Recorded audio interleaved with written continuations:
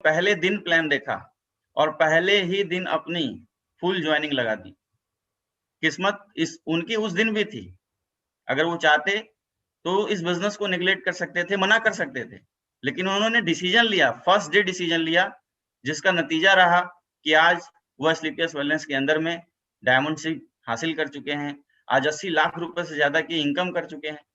तो किस्मत हर एक व्यक्ति का दरवाजा खटखटाती है, वो हमारे डिसीजन पे निर्भर करता है कि अगर उस समय हमने राइट डिसीजन ले लिया तो हमारी सक्सेस आती है, और नहीं लिया तो फिर अनसक्सेस हाथ में मिलती है। चलिए ये बात थोड़ा सा हम लोग जयदेव जी से जान लेते हैं। जयदेव जी, आप काफी समय बाद डायमंड बने और आपकी जर्नी में काफी ज्यादा उतार चढ़ाव भी रही, कैसा महसूस कर रहे हो? देव प्रणाम। आप सभी गुरुजनों को नमस्कार प्रणाम। आप सभी साथी, सभी फाइटरों को नमस्कार प्रणाम।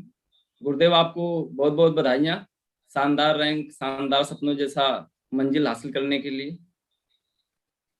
गुरुदेव, मैं डायरेक्ट सेलिंग नहीं जानता था, ना ही मुझे नेटवर्किंग पता था। और दौर सर उस समय था जब मैं पढ़ाई कर रहा था। मेरे पास एक ही सपना बचा था कि मुझे नौकरी करना है, इसलिए मैं पढ़ाई कर रहा था। और सर 27 नवंबर 2006 को पहली बार मुझे किसी ने बोला था कि आप अपना खर्च निकालने के लिए चाहो तो आप पार्ट टाइम जॉब कर सकते हो, नेटवर्किंग कर सकते हो, इस टाइप का कुछ उसने यूज किया था लैंग्वेज। मैंने प्लान देखा और मेरे साथ कुछ ऐसा दौर गुजरा जिससे मुझे लगा सर कि मतलब रात भर नींद नहीं आई। मैं रात भर करवटें बदलता रहा, लेकिन रात भर नींद नहीं आई। नेटवर्किंग देखने के बाद मुझे लगा कि नहीं। कब देखा सर पहली बार आपने डायरेक्ट सेलिंग का प्लान, कब देखा था? सर मैंने 27 नवंबर 2006 को प्लान देखा था। अच्छा, 27 नवंबर 2006। और आप एसलीपीएस में कब आए थे? और एसलीपीएस में मैं सर आया था जनवरी 17। जनवरी 2017, यानी कि लगभग आपने 6 से 17, 12 साल लगभग आपने टाइम दिया। 11 साल जी सर। किसी संस्था के साथ आपने 11 साल टाइम दिया। तो सबसे पहले तो हम यही जान लेते हैं कि जो आपने 11 साल टाइम दिए थे, और 11 साल में लगभग वहां कितनी इनकम आई थी आपकी? सर लगभग 12 लाख। 12 लाख, यानी साल का अगर हम देखें तो लगभग 1 लाख रुपए साल साल की एवरेज इनकम आपकी वहां रही थी। अच्छा, ओके। 12 लाख रुपए आपने कमाए थे। लगभग 11 साल का टाइम आपने वहां पे दिया, और उसके बाद आपकी लाइफ में एसलीपीएस आया। चलिए, बहुत बढ़िया। थोड़ी सी हम उस पुरानी जर्नी की बात करते हैं, क्योंकि बहुत सारे ऐसे लोग होते हैं जो डायरेक्ट सेलिंग में 10 साल 8 साल काम करके और काफी ज्यादा परेशान हो जाते हैं, काफी ज्यादा थक जाते हैं। तो उन लोगों के लिए ये बातें बड़ी इंपॉर्टेंट होगी। तो वहां की सर शुरुआती जर्नी आपकी कैसी रही थी, वो आप जरूर बताएं।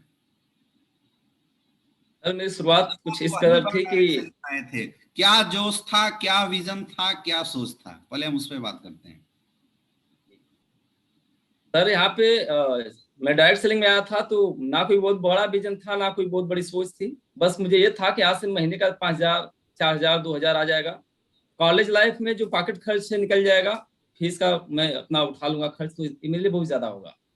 इससे बड़ी सोच नहीं थी। और मैं नेटवर्किंग में जब आया था तो सच्चाई थी सर फर्स्ट डे की कि वाकई मुझे रात भर नींद नहीं आई थी नेटवर्किंग देखने के बाद, कि वाकई में मेरे पास अगर लाखों रुपए महीने आ जाएंगे या लाखों रुपए मैं कमा लूंगा तो मेरी लाइफ कैसी होगी। ये सोच सोच के मैं रात भर सोया नहीं था। मैं एक किसान का बेटा हूँ, बहुत गरीब परिवार से था, तो खाने के घर में कभी कमी तो नहीं हुई थी, लेकिन लाइफ में जो तमन्ना थी, चाहत थी, वो कभी पूरा नहीं पाया था, मिल नहीं पाया था। तो घर से मैंने उम्मीद किया था कि मुझे मिल जाए कुछ 10-12 हजार रुपये, मैं इसको ज्वाइन करूँ। तो गुरुदेव उसमें पैसे नहीं मिला। मेरी बहुत रिक्वेस्ट के बाद मेरी मम्मी मेरे पापा ने मुझे पैसे दिया एक भैंस बेच के, और 10,000 को उन्होंने भैंस बेचा था तो मुझे पैसे मिला था। मैं नेटवर्किंग शुरू किया था। और मेरे घर से जो मेरी मीटिंग सेंटर था वो 35-40 किलोमीटर दूर हुआ करता था। तो मैं घर से साइकिल, भैंस बेच के सर आपने शुरू किया था? जी सर। ओके। तो जो मेरा ट्रेनिंग सेंटर था सर, वो मेरे घर से लगभग 35-40 किलोमीटर दूर था। तो मैं साइकिल चला के मीटिंग में जाया करता था और साइकिल चला के आया करता था। और जब भी हमारे कोई गेस्ट मीटिंग देखने के लिए तैयार होते थे तो उनसे हम साइकिल ना चलवाते थे ताकि वो नेगेटिव ना हो जाए। तो हम साइकिल पे खुद ही बैठाते थे और खुद ही साइकिल बैठा के 40 किलोमीटर दूर लेके जाते थे, उसे ट्रेनिंग दिखा के लेके आते थे।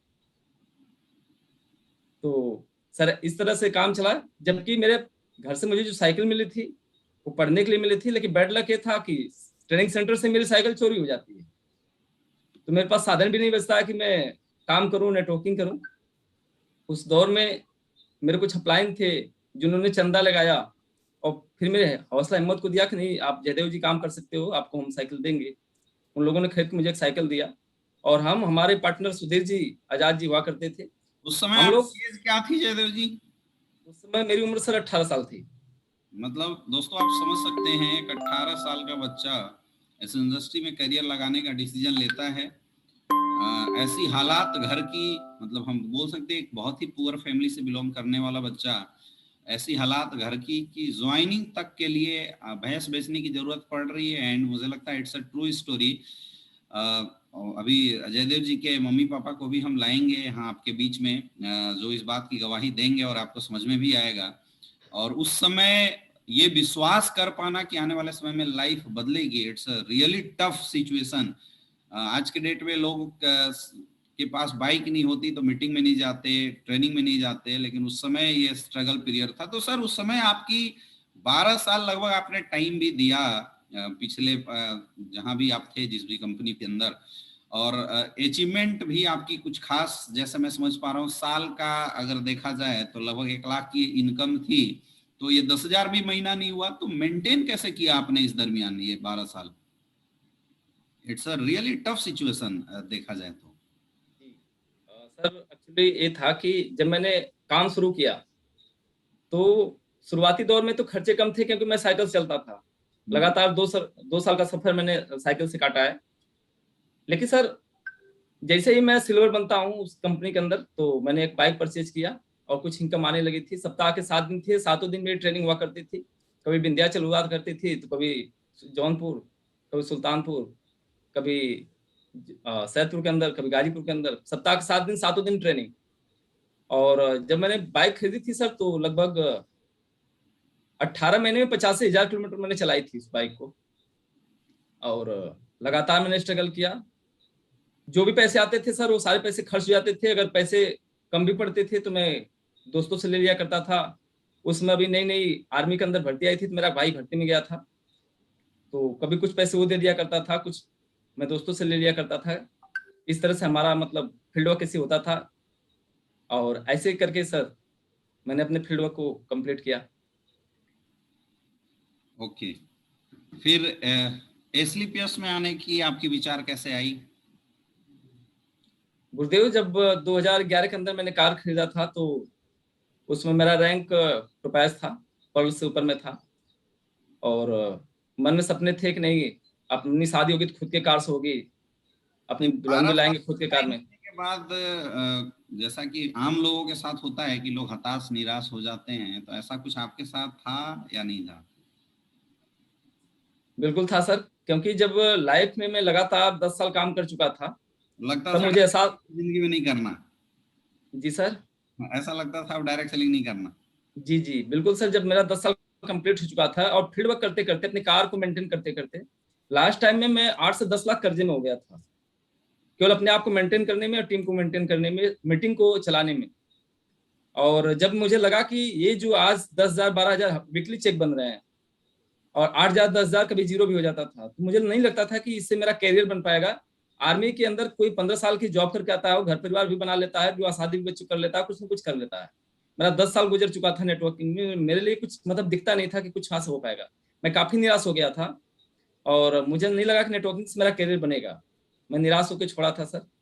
और मैं सोचा था कुछ बड़ा करना है तो बड़ा बेचेंगे, और मैं 18 महीने जमीन का धंधा किया हूँ, रियल एस्टेट का। मैंने प्लाट बेचा है।